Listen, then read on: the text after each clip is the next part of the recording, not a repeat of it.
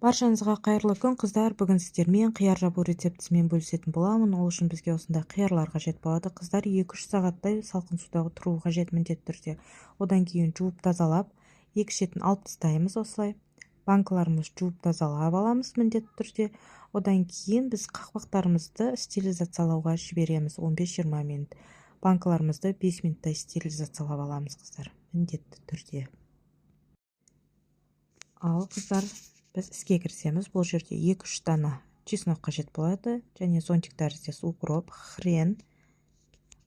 Осылай қиярларымызды тізіп шығамыз да, үстіне ыстық суымызды құйып 15-20 минутқа қалдырамыз. Уақыт өткеннен кейін ыстық суымызды төгеміз.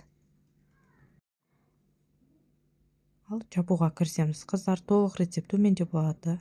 Қанша қасық салу керек екенін барлығын жазатын боламын. Сіздер де жасап